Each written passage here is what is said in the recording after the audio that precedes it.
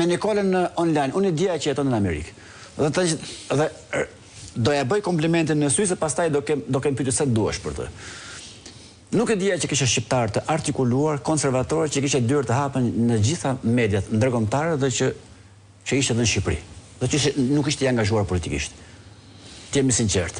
Kur kam dëgjuar në takimit të diasporës zonin Bajaziti, nuk përdorë fjalën i manitur, por komplimentet maksimale, sepse kisha dëgjuar në Shqipëri se çfarë flitin parlamentin shqiptar dhe nuk besoja që ka një zonë shqiptare që jeton jashtë dhe është kaq që e informuar, domethënë dhe kaq e kultivuar për të folur politikisht.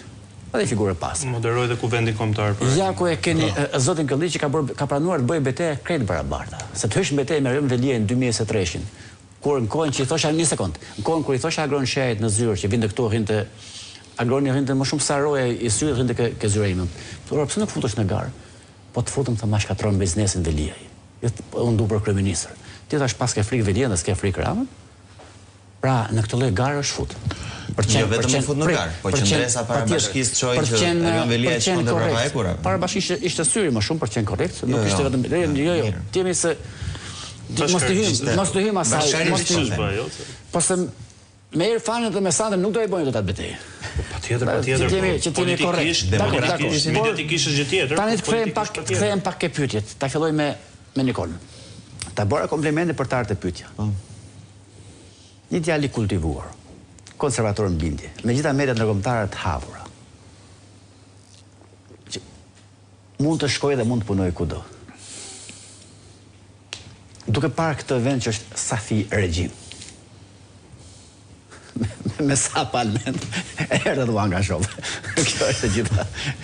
Edhe në këtë parti që nuk është se ka resurse. Dhe në këtë parti që ka edhe problemet e veta, që edhe Banaku në ka të vështirë të ndroj. Për 45 vite të një regjimi gjakatar, siç ishte ai komunist, ishte shumë e thjeshtë të konformoheshe. Ata që i kanë zbardhur faqen këtij vendi, në këndvështrimin tim, mendimin tim modest, janë të persekutuarit politik, pronarët legjitim, antikomunistët në përgjithësi, që me sakrificën e tyre, unë mendoj në momentet më të errta të historisë të këtij vendi zbardhën faqen. Pas vitit 1990, këto grupime zgjodhën që Partia Demokratike ishte shtëpi e tyre. Ndodh shpesh ky gabimi që këto grupime thonë ne do t'i bashkojmë PD-s ose PD-ja thotë do t'i bashkojmë. Këta janë në shtëpinë e tyre në PD. Dhe të djathtët, konservatorët, kanë zgjedhur që PD-ja të jetë shtëpi e tyre.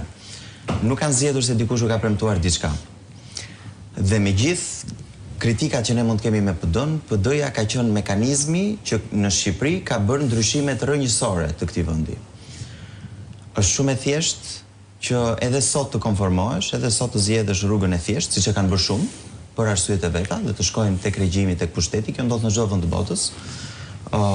E keqja sado banale që është dhe unë jam i këtij mendimi, që e keqja është banale, tërheq mjaft njerëz, por detyra patriotike sot është që të qëndrosh në anën e qendrestarëve, siç kanë qëndruar në ato vite. Kështu që për mua zgjedhja ishte shumë e thjeshtë, që do radhitesha në anën e qendrestarëve, atyre që sërish po i zbardhin faqen këtij vendi, duke qëndruar, duke rezistuar.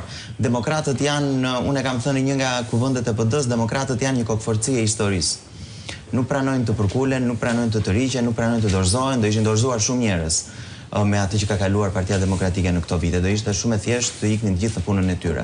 Ata që kanë qëndruar në këto vite janë njerëzit, mendoj unë, më patriot që ka Shqipëria, sepse në momentet më të errta zgjodhen të qëndronin, luftuan për shtëpinë e tyre politike, po dhe për veten e tyre, dhe sot janë në një parti që me rezistencën e saj pengoi asgjësimin e pluralizmit politik. Kështu që unë nuk besoj se ka gjë më patriotike në këtë moment. Sot vërtet sheshi është plot, bulevardi është plot dhe ne kemi kërkuar shpeshherë që sheshi të ishte plot, por në momentet kur sheshi ka qenë i zbrazët, është mbushur nga demokratët, nga qendresa e tyre, nga rezistenca e tyre, nga sakrificat e tyre në fund fundit. Me gjithë presionet që ata kanë detyruar që janë detyruar që të përballen. Ndaj kjo është dhe një histori inspirimi, frymëzimi. Nuk ka gjë më frymëzuese se në këto momente të vështira të shikoj këtë qendresë të demokratëve. Kjo mjaftonte për mua. Më pas ishte dhe rithemelimi që e bëri të rejse për mua personalisht, premtimet e rithemelimit për një PD konservatore, sepse të themi drejtën në kohën e ish kryetarit në ato 10 vite